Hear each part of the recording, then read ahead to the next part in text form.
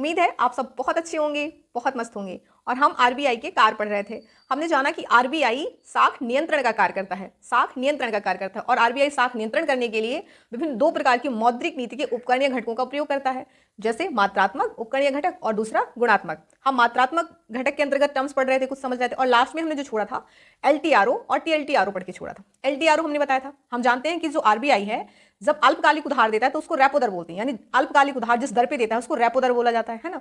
लेकिन और इसके लिए प्रतिभूति रखनी होती है बैंकों को आरबीआई के पास।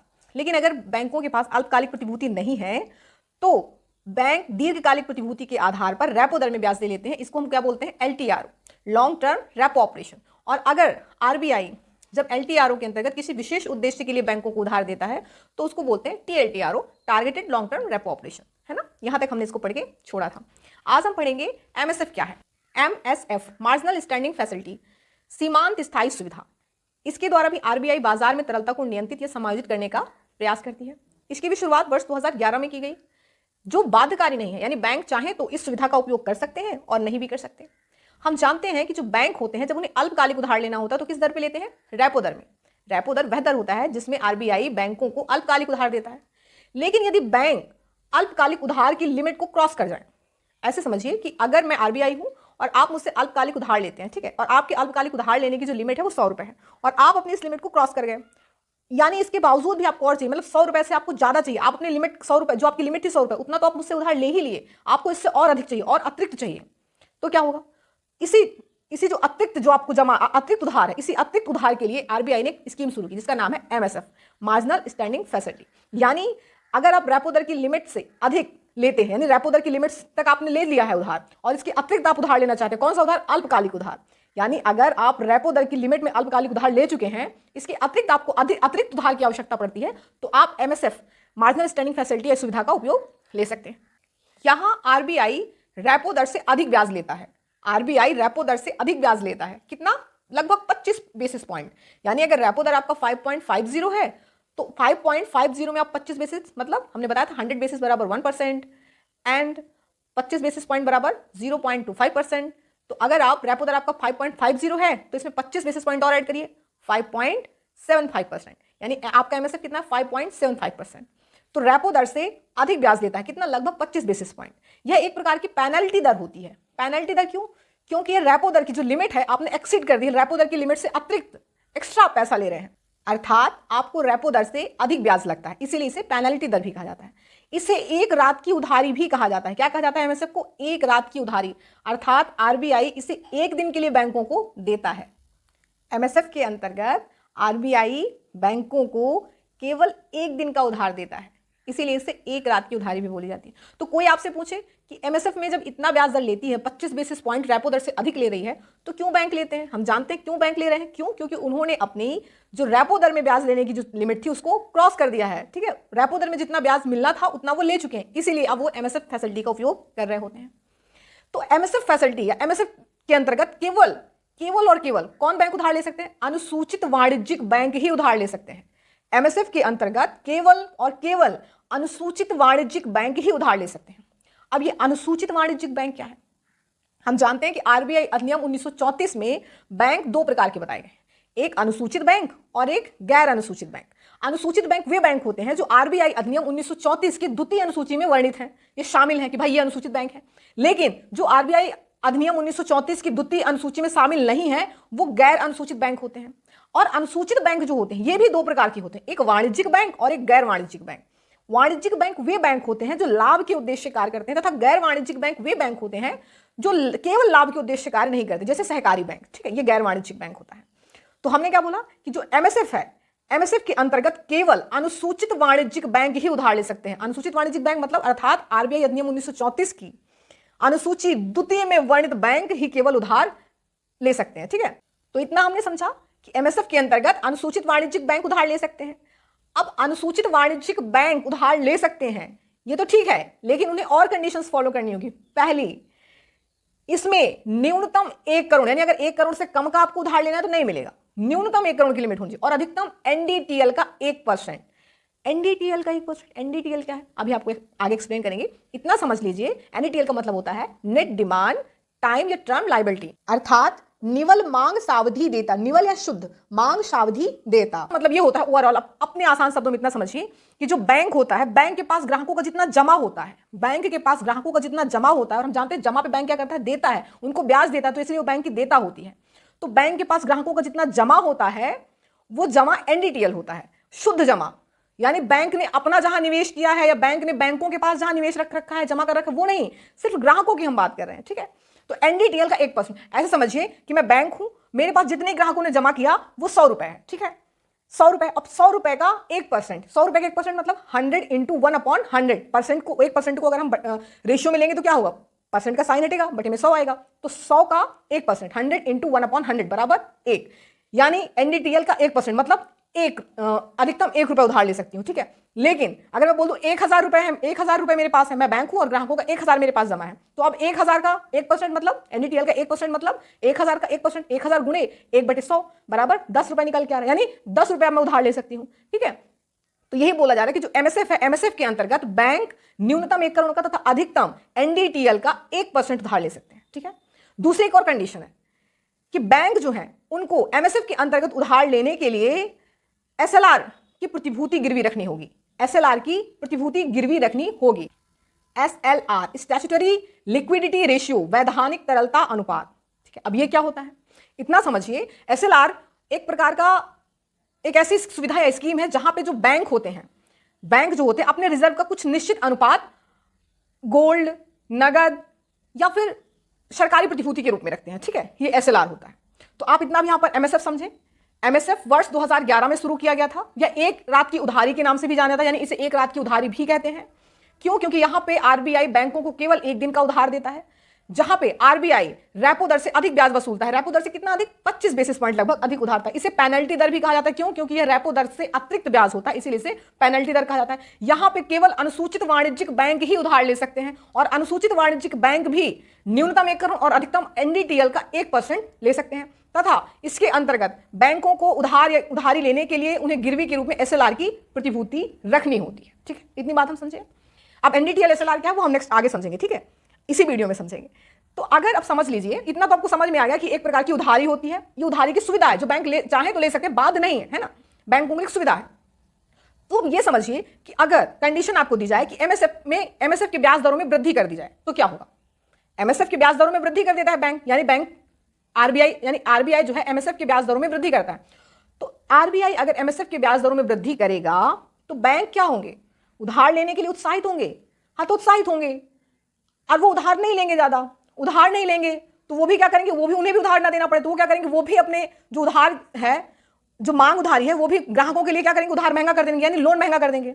तो अगर एमएसएफ में वृद्धि होती है तो बाजार में तरलता में क्या होगी, कमी होगी। कमी क्यों हो रही है, क्योंकि बैंकों की साक्षात्कार क्षमता कम हो रही है। बैंकों की साक्षात्कार क्षमता मतलब बैंकों की उधार देने की क्षमता कम हो रही है। बैंकों की उधार देने की साक्षात्कार क्षमता क्यों कम हो रही है, क्यों, क्योंकि बैंक पैसे नहीं पा रहे हैं आरबीआई से, आरबीआई ज्यादा ब्याज वसूल रहा है, और बैंकों को ग्राहक को पैसा ना देना पड़े तो वो भी क्या करता है, अपने ब्याज में बढ़ोतरी कर देता है, यानी वो लोन महंगा कर देता है।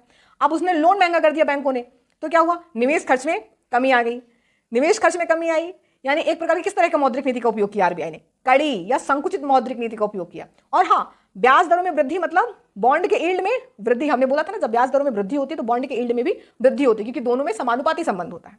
तो इतना हम समझे कि एमएसएफ में वृद्धि होगी तो कैसे हमारी जो तरलता होती है वो कम होती है, बैंकों की साक्षात्कार क्षमता कम होती है, निवेश खर्च में क्या होती है, कमी आती है, और जो ब्याज दर है, बैंक जो उधार देते हैं उसके ब्याज दर में वो क्या करते हैं, वृद्धि कर देते हैं, लोन महंगा कर देते हैं। अगर एमएसएफ में कमी कर दी जाए तो क्या हो, बाजार में तरलता आएगी। क्यों, क्योंकि बैंकों के पास बैंक अब उधार ले लेंगे आरबीआई से ज्यादा, अगर उन्हें कम ब्याज देना पड़ रहा है ताकि वो ग्राहकों को दें, तो क्या करेंगे, उधार की जो ब्याज दर है वो भी क्या करते हैं, उसमें भी क्या करते हैं, कमी कर देते हैं, यानी लोन सस्ता कर देते हैं। तो आरबीआई के साक्षात्कार क्षमता में क्या होती है, वृद्धि होती है, और बाजार में मुद्रा की क्या होती है, तरलता बनी रहती है। यानी आरबीआई ने क्या किया, यहाँ पे विस्तारित या सस्ती मौद्रिक नीति का उपयोग किया, और बॉन्ड के यील्ड पे कैसा प्रभाव पड़ेगा, बॉन्ड के यील्ड का जो मूल्य है वो भी कम होगा। क्यों, क्योंकि हमने बताया कि अगर बैंक अपने ब्याज दरों में कमी करता है तो बॉन्ड के यील्ड में भी कमी होती है, ठीक है। इतनी बात आपको आई होप समझ में आई होगी। एक और बात, रेपो दर, पॉलिसी रेपो दर, रिवर्स रेपो दर यानी फिक्स्ड आरआर, एसडीएफ स्थायी जमा सुविधा, standing deposit facility, MSF marginal standing facility, सीमांत स्थायी सुविधा हो या बैंक दर हो, इनको पॉलिसी रेट या पॉलिसी दर भी कहा जाता है। क्या कहा जाता है, पॉलिसी दर। हमेशा याद रखना, इन्हें पॉलिसी रेट भी कहा जाता है, जो 5 हमने नाम बताए। लेकिन एलएएफ लिक्विडिटी एडजस्टमेंट फैसिलिटी तरलता समायोजित अनुपात, ये सुविधा जो है, तरलता समायोजित सुविधा जो है वो LAF पॉलिसी रेट नहीं है। क्यों? क्योंकि हम जानते हैं कि LF के लिए रेपो और रिवर्स रेपो दोनों का होना अनिवार्य है। LF के लिए रेपो और रिवर्स रेपो दोनों का होना अनिवार्य है, क्योंकि एक प्रकार का कॉरिडोर का काम करता है रेपो और रिवर्स रेपो में। और हम जानते हैं कि RBI ने क्या किया, 2022 से RRR के स्थान पे, RRR की जगह पे SDF सुविधा को भी शुरू कर दिया है, जहां पे RR को अब जरूरी नहीं रखा गया, यानी रेपो तो लिया गया है लेकिन RRR को जरूरी नहीं किया गया। यही रीजन है कि LF की गणना अब RBI पॉलिसी, LF की गणना जो LF है उसको पॉलिसी रेट में नहीं रखा जाता। ये बात याद रखना। अब हम एक नया टर्म समझते हैं, आनुपातिक कोष प्रणाली, कि किस प्रकार RBI बाजार में तरलता को नियंत्रित करने के लिए एक नए मौद्रिक नीति के उपकरण या घटक आनुपातिक कोष प्रणाली का प्रयोग करता है। आनुपातिक कोष प्रणाली है क्या? एक ऐसी प्रणाली है जिसके अंतर्गत बैंक एक निश्चित अनुपात में कुछ रिजर्व या तो अपने पास रखते हैं या RBI के पास रखते हैं। ठीक है, बैंक एक निश्चित अनुपात में कुछ रिजर्व अपने पास या बैंक के पास रखते हैं, इसी को बोलते हैं आनुपातिक कोष प्रणाली। आनुपातिक कोष प्रणाली दो प्रकार की होती है, CRR कैश रिजर्व रेशियो, नगद आरक्षित अनुपात, और दूसरा है SLR स्टैट्यूटरी लिक्विडिटी रेशियो, वैधानिक तरलता अनुपात। अब ये CRR तथा SLR क्या है? CRR कैश रिजर्व रेशियो, नगद आरक्षित अनुपात, यह वह अनुपात होता है जो बैंक निश्चित अनुपात में अपना रिजर्व RBI के पास रखते हैं।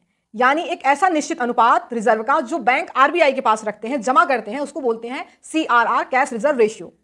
और यह अनुपात कैसा होता है? ये NDTL का एक निश्चित अनुपात होता है। वर्तमान में कितना है? 4.0%। ये जो रेशियो ना, ये बदलता रहता है, यानी एक रेशियो फिक्स होता है कि इतने की इसकी न्यूनतम लिमिट ये होनी चाहिए और इसकी मैक्सिमम लिमिट होनी चाहिए। ठीक है, तो इसकी जो न्यूनतम सीमा है और अधिकतम सीमा ये फिक्स नहीं होती, ये बदलती रहती है। ठीक है, वर्तमान में अभी जो CRR है वो कितना है? अभी 2025 जो मैं आपको पढ़ा रही हूँ, जुलाई 2025 में अभी CRR हमारा कितना? 4.0%। तो आप CRR समझे। CRR में क्या होता है? जो बैंक होते हैं वो अपनी धनराशि का कुछ निश्चित अनुपात रिजर्व के रूप में RBI के पास जमा करते हैं, पार्क करते हैं या रखते हैं। ठीक है, ये होता है हमारा CRR। और यहां पे RBI बैंकों को किसी भी प्रकार का ब्याज नहीं देता, किसी भी प्रकार का ब्याज नहीं देता।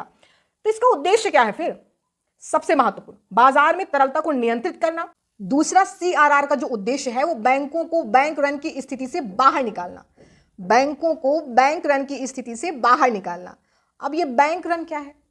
होता क्या है कि जब कई सारे जमाधारक एक साथ बैंक से अपना धन निकासी करने के लिए पहुंच जाते हैं, यानी अगर मैं बैंक हूं, मेरे पास 10 लोगों ने धनराशि जमा कर रखी है और 10 के 10 चले आए या 10 में से 8-9 लोग भी चले आए, तो ऐसी स्थिति से बाहर निकालने, ऐसा ना हो कि बैंक उनको उनकी धनराशि ही ना वापस कर पाए। उसने कहीं किसी को उधार दे रखा है, कहीं जमा कर रखा है, किसी मार्केट में निवेश कर रखा है, तो ऐसी स्थिति से बाहर निकालने के लिए भी CRR बहुत महत्वपूर्ण भूमिका निभाता है। ठीक है, तो हमने देखा कि जो CRR है उसका निर्धारण कौन करता है? RBI करता है। CRR का निर्धारण RBI करता है, यानी RBI तय करेगा कि CRR कितना होना चाहिए, उसकी न्यूनतम सीमा कितनी होगी, अधिकतम सीमा कितनी होगी। 2016 में जब डिमोनेटाइजेशन, विमुद्रीकरण की प्रक्रिया हुई, तो ऐसा बोला गया कि RBI ने CRR को अधिकतम 100% कर दिया था। नहीं, एक्चुअली में RBI ने CRR को नहीं बढ़ाया था, कैश रिजर्व रेशियो को नहीं बढ़ाया था।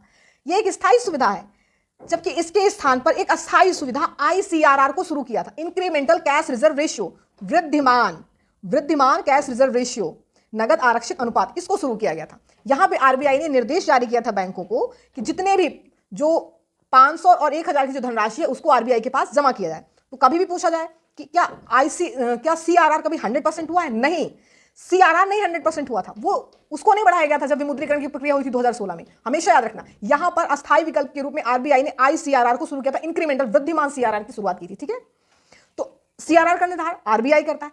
अगर CRR में कमी या वृद्धि होती है, यानी अगर CRR में वृद्धि हो या कमी हो, तो बाजार में कैसा प्रभाव पड़े, बैंकों में कैसा प्रभाव पड़े, बैंकों की साख क्षमता में कैसा प्रभाव पड़े। चलिए कंडीशन लेते हैं। अगर RBI ने CRR को बढ़ा दिया, कैश रिजर्व रेशियो को बढ़ा दिया, यानी जो रिजर्व है उसकी दर को बढ़ा दिया, अब बैंकों को ज्यादा रिजर्व रखना है RBI के पास, तो अगर बैंकों का ज्यादा से ज्यादा रिजर्व रख जाएगा बैंक RBI के पास, तो क्या होगा? बैंकों के पास धन कम होगा, यानी बैंकों की साख क्षमता में कमी, बाजार में तरलता कम। तो बैंक भी क्या करेगा? अपने जो उधार देता है उसके ब्याज दर में क्या करेगा? वृद्धि कर देगा, यानी लोन महंगा करेगा। इससे क्या होगा? निवेशक भी धन नहीं लेंगे, ज्यादा उधार नहीं लेंगे, तो निवेश खर्च में कमी आएगी। और इस प्रकार RBI ने CRR में वृद्धि करके क्या किया? RBI ने CRR में वृद्धि करके कड़ी या संकुचित मौद्रिक नीति का उपयोग किया, जो कि उच्च मुद्रास्फीति को अधिकतर नियंत्रित करने के लिए किया जाता है। अब अगर आरबीआई क्या करता है, सीआरआर में कमी करता है, यानी कैश रिजर्व रेशियो को कम कर देता है। अब इससे क्या होगा, बैंकों के पास कैश ज्यादा रहेगा तो क्या करेंगे, उनकी साक्षी क्षमता बढ़ेगी, यानी उधार देने की उनकी क्षमता बढ़ेगी। तो वो भी क्या करेंगे, जो उधार देते हैं उसके ब्याज दरों में क्या करेंगे, कमी कर देंगे, यानी लोन सस्ता कर देंगे। निवेशक उत्साहित होगा और उधार लेगा और वो निवेश खर्च में क्या होगी, वृद्धि होगी। इस प्रकार आरबीआई ने क्या किया, यहाँ पे विस्तारित या सस्ती मौद्रिक नीति का उपयोग किया। एक और टर्म समझते हैं, SLR, स्टैट्यूटरी लिक्विडिटी रेशियो, वैधानिक तरलता अनुपात। इससे ISPT 2014, 15 और 21 में प्रश्न पूछे गए हैं, तो बहुत इंपॉर्टेंट है। वैधानिक तरलता अनुपात क्या होता है, इसमें भी क्या होता है, जो बैंक होते हैं सभी बैंक NDTL का कुछ निश्चित अनुपात अपने पास रिजर्व के रूप में रखते हैं। SLR के अंतर्गत जो बैंक होते हैं NDTL यानी निवल मांग सावधि देयता का एक निश्चित अनुपात रिजर्व के रूप में अपने पास रखते हैं। जो लोगों ने जमा किया उस जमा धनराशि का एक निश्चित अनुपात बैंक अपने पास रिजर्व के रूप में रखते हैं। इसी को क्या बोलते हैं, SLR, स्टैट्यूटरी लिक्विडिटी रेशियो, वैधानिक तरलता अनुपात। वैधानिक तरलता अनुपात में बैंक क्या करते हैं, 3 रूपों में जो अपना धन है उसको रख सकते हैं। पहला नगद, दूसरा गोल्ड और तीसरा सरकारी प्रतिभूति के रूप में। तो सबसे ज्यादा सुविधाजनक या उपयुक्त क्या होगा बैंकों के लिए, देखो अगर बैंक ने नगद के रूप में रख दिया तो क्या होगा, बैंकों की साख क्षमता कम होती है। अगर उसने बैंक ने गोल्ड के रूप में अपना रिजर्व रख दिया तो क्या होगा, हम जानते हैं कि सोने के मूल्य में उतार चढ़ाव होता है, इसमें जोखिम अधिक है। तीसरा सरकारी प्रतिभूति। सरकारी प्रतिभूति क्या होती है, यहां पे बैंकों को रखना अधिक उपयुक्त होता है, बैंकों के लिए ये अधिक उपयुक्त होता है। क्यों, क्योंकि सरकारी प्रतिभूति गारंटी युक्त होती है, जोखिम कम होता है, और तीसरा बैंकों को यहां पर ब्याज या कूपन भी प्राप्त होता है, यानी इससे उसकी संपत्ति में क्या होगी, बैंकों की संपत्ति में वृद्धि होती है। बैंकों की संपत्ति में वृद्धि होती है अगर वो SLR के तहत सरकारी प्रतिभूति में निवेश करते हैं। इस प्रकार SLR को बैंक 3 रूपों में क्या कर सकते हैं, रख सकते हैं। SLR को बैंक 3 रूपों में रख सकते हैं, नगद, सोना, सरकारी प्रतिभूति, या तीनों में रख सकते हैं, थोड़ा सा नगद भी रख सकते हैं, थोड़ा थोड़ा गोल्ड में रख सकते हैं, थोड़ा थोड़ा सरकारी प्रतिभूति में रख सकते हैं। एक बात हमेशा याद रखना, CRR तथा SLR को बैंक कभी भी उधार के रूप में नहीं दे सकता। बैंक कभी भी CRR या SLR को उधार के रूप में नहीं दे सकता, अर्थात CRR और SLR से बैंक की साख सृजन नहीं मानी जाती। बैंक की साख सृजन नहीं माने जाते कौन, CRR और SLR। तो सरकारी प्रतिभूति के रूप में जो सरकार को देती है फिर वो क्या है, वो तो सरकार का एक प्रकार से उधार हो गया, यानी सरकार ने बैंकों से उधार लिया SLR के माध्यम से। नहीं, ये बैंकों का निवेश माना जाएगा, ये बैंकों का सरकारी प्रतिभूति में निवेश माना जाएगा, ना कि ये माना जाएगा कि बैंक साख सृजन कर रहे हैं या उधार दे रहे हैं। याद रखिएगा आप ये बात। तो अगर अब SLR में वृद्धि होती है और कमी होती है तो कैसा प्रभाव पड़ता है, देखिए अब SLR में वृद्धि हुई यानी रिजर्व कि जो अनुपात है दर को बढ़ा दिया। वर्तमान में SLR कितना 18% है, कितना है 18%। अभी जो वर्तमान में जुलाई 2025 की बात करें, अभी वर्तमान में SLR 18% है। तो अगर SLR दर में क्या करती है, वृद्धि कर देता है, SLR में वृद्धि करता है, ठीक है, RBI SLR में वृद्धि, रिजर्व में वृद्धि हो गई, मतलब बैंकों के पास अब नगद कम होगा, धन कम होगा, वित्त कम होगा, तरलता कम होगी। तो तरलता कम हुई यानी बैंकों के साख सृजन क्षमता भी कम हो जाएगी। अब वो उधार नहीं दे पाएंगे ज्यादा, क्योंकि ज्यादा से ज्यादा उनका धन रिजर्व के रूप में रख गया, यानी कि वो उधार नहीं दे पाएंगे तो साख सृजन नहीं कर पाएंगे, यानी उधार नहीं दे पाएंगे ज्यादा। तो उनको क्या करना चाहिए, उन्हें अपने उधार के ब्याज दर में क्या करेंगे, वृद्धि कर देंगे, यानी वो लोन महंगा कर देंगे। लोन महंगा करेंगे तो निवेश खर्च में क्या आएगी, कमी आएगी। तो आरबीआई ने क्या किया, आरबीआई ने यहाँ पे कड़ी और महंगी मौद्रिक नीति का उपयोग किया, और ये अधिकतर उच्च मुद्रास्फीति दर को नियंत्रित करने के लिए किया जाता है। अब अगर आरबीआई SLR में कमी कर दे तो क्या हो, रिजर्व अब कम हो गया, मतलब बैंकों के पास अब तरलता है, तो बैंकों की साख सृजन क्षमता में वृद्धि होगी। साख सृजन क्षमता में वृद्धि मतलब अब बैंक अधिक से अधिक उधार देंगे, तो अपने उधार के ब्याज दर में क्या करेंगे, कमी करेंगे, जिससे लोन सस्ता हो और लोग उधार लें। और बैंक अपने ब्याज दर में कमी करेंगे तो निवेशक जो होंगे अधिक से अधिक उत्साहित होंगे उधार लेने के लिए, ताकि वो निवेश कर सकें। तो निवेश में क्या होगी, वृद्धि हो जाएगी। इस प्रकार आरबीआई ने क्या किया, SLR में कमी करके विस्तारित या सस्ती मौद्रिक नीति का उपयोग किया। तो हमने देखा कि SLR क्या होता है, CRR क्या होता है, MSF क्या होता है। आई होप इतने टर्म्स आपने अच्छे से क्लियरली समझ लिया होगा। अब एक टर्म आपका बच रहा है जो बार बार आता था कि NDTL। तो ये NDTL क्या है और GDTL क्या है। NDTL और GDTL ये दोनों क्या होते हैं, बैंक की देनदारियों को संदर्भित करती हैं, बैंक की देनदारियों को संदर्भित करती है, इंडिकेट करती है कि बैंक के पास लोगों की देयता कितनी है। GDTL ग्रॉस डिमांड टाइम या टर्म लाइबिलिटी, सकल मांग सावधि देयता, तथा NDTL net demand time liability, निवल मांग सावधि देयता। अर्थात ऐसा धन, ऐसा जमा जो बैंक ग्राहकों को देने के लिए बाध्य है, ठीक है, उसी को बोलते हैं जीडीटीएल या एनडीटीएल। इसका शब्द में देखो इसका अर्थ निहित है। जीडीटीएल सकल मांग सावधि देता, सकल मतलब कुल, मांग हम जानते हैं जो बैंक होते हैं उसके बहुत सारे कार्य होते हैं, लेकिन दो प्रमुख कार्य होते हैं, एक जमा स्वीकार करना और उधार देना। तो बैंक जो जमा स्वीकार करता है वो बैंक की क्या होती है, लाइबिलिटी होती है, यानी उस पर बैंक की देता होती है, बैंक लोगों को जो जमा करते हैं उनको ब्याज देता है। तथा एक बैंक जो उधार देता है, यानी हम जो बैंक से उधार लेते हैं उस वो बैंक की क्या होती है, परिसंपत्ति होती है। क्यों? क्योंकि उससे बैंक को ब्याज प्राप्त होता है। तो ये बैंक के दो कार्य हो गए। और जमा भी बैंक दो प्रकार का स्वीकार करता है, एक मांग जमा और एक सावधि जमा। मांग जमा भी दो प्रकार से होता है, जैसे एक चालू करेंट अकाउंट और एक बचत सेविंग अकाउंट। सावधि में फिक्स्ड डिपॉजिट और रिकरिंग डिपॉजिट। मांग जमा के अंतर्गत ग्राहक कभी भी अपनी धनराशि को बैंकों से ले सकते हैं, कभी भी ले सकते हैं। आप कल बैंक में पैसे जमा करके आए और दूसरे दिन आप चाहे जाके ले सकते हैं। लेकिन सावधि जमा में एक मैच्योरिटी पीरियड होता है, एक परिपक्वता अवधि होती है, तभी वो ग्राहक वहां से धन निकासी कर सकते हैं। तो देखिए मैंने पूरा एक्सप्लेन करके दिखाया है नोट में। यहां देखिए जीडीटीएल और एनडीटीएल दोनों को मैंने एक्सप्लेन किया है, ड्रॉ किया ताकि आपको समझ में आए। जीडीटीएल और एनडीटीएल दोनों ही बैंक की देनदारियों को संदर्भित करते हैं, अर्थात जो बैंक अपने ग्राहकों को वापस करने के लिए क्या है, बाध्य होते हैं। तो पहले हम समझते हैं GDTL, gross demand and time, time कह सकते हैं, टर्म कह सकते हैं, लाइबिलिटीज, ठीक है। सकल मांग और सावधि देता, कुल मांग और शकल देनदारियों को संदर्भित करता है। हमने बताया आपको कि जो बैंक होता है उसके प्रमुख दो कार्य होते हैं, कार्य तो बहुत होते हैं लेकिन मुख्य दो कार्य होते हैं, जमा स्वीकार करना और उधार देना। तो बैंक जो जमा स्वीकार करता है उस पर बैंक ब्याज चुकाता है अपने ग्राहकों को, तो ये बैंक की क्या हो गई, देता हो गई, लाइबिलिटी हो गई। और जो उधार देता है ग्राहकों को उससे बैंक ब्याज प्राप्त करता है, तो वो बैंक की परिसंपत्ति हो जाती है, यानी एसेट हो जाता है, ठीक है। और बैंक दो प्रकार की जमा स्वीकार करता है, कौन कौन सा, करंट अकाउंट चालू खाता के अंतर्गत, और एक है हमारा सेविंग अकाउंट बचत खाता। दूसरा कौन सा, पहला एक मांग जमा और दूसरा सावधि जमा। सावधि जमा में कौन सा है, फिक्स्ड डिपॉजिट और रिकरिंग डिपॉजिट, ठीक है। मांग जमा क्या होती है, ये वे जमाएं हैं जिनका भुगतान बैंक को मांग पर करना होता है, जैसे कासा, कासा मतलब करंट अकाउंट और सेविंग अकाउंट, ठीक है। और सावधि जमा क्या होता है, ये वे जमाएं होती हैं जिनका भुगतान बैंक को एक निश्चित अवधि के बाद करना होता है। हम जानते हैं जो फिक्स्ड डिपॉजिट सावधि के अंतर्गत जो धनराशि जमा होती है उसको एक निश्चित समय अवधि के बाद ही आप बैंक से प्राप्त कर सकते हैं, ठीक है, जैसे एफडी, फिक्स्ड डिपॉजिट और रिकरिंग डिपॉजिट, ठीक है। तो जीडीटीएल अगर हम इसको समझें, एक्सप्लेन करेंगे एक वर्ड को, तो क्या निकल गया है, सकल मांग सावधि देता। सकल मतलब कुल, मांग मतलब हमने बताया मांग कौन कौन सा मांग, जो कासा यानी करंट अकाउंट और सेविंग अकाउंट, ठीक है, ये मांग। सावधि एक निश्चित समय में जो आप निकाल सकते हैं, यानी फिक्स्ड डिपॉजिट और रिकरिंग डिपॉजिट, ठीक है। देता यानी जमाएं, यानी कासा और एफडी, एफडीआरडी, ठीक है, यानी जो मांग जमा है और सावधि जमा है, ठीक है, इनके अंतर्गत जो बैंक की जो देता है वो आता है, वो क्या कहलाता है, हमारा जीडीटीएल, ठीक है, क्या कहलाता है, जीडीटीएल।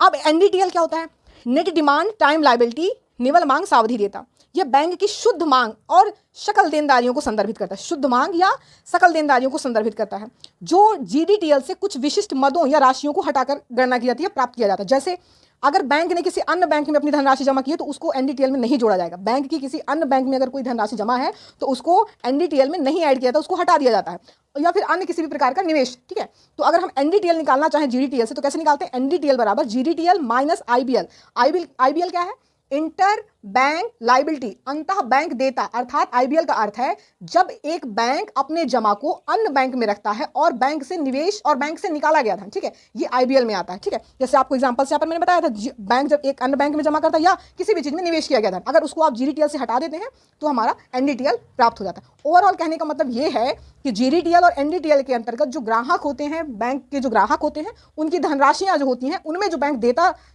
देता है यानी ब्याज चुकाता है, वो बैंक का जीडीटीएल और एनडीटीएल होता है, ठीक है। जबकि एनडीटीएल में जो बैंक के अन्य बैंक में जो जमा है उसको हटा दिया जाता है और बैंक के जो निवेश है उनको हटा दिया जाता है, ठीक है, वो हमारा एनडीटीएल हो जाता है। आई होप आपको इतना समझ में आया होगा। तो अभी आपने सीआरआर, एसएलआर, एनडीटीएल जो पढ़ा, चलिए उसको एग्जांपल से समझते हैं कि कैसे सीआरआर और कैसे एसएलआर का निर्धारण होगा, ठीक है।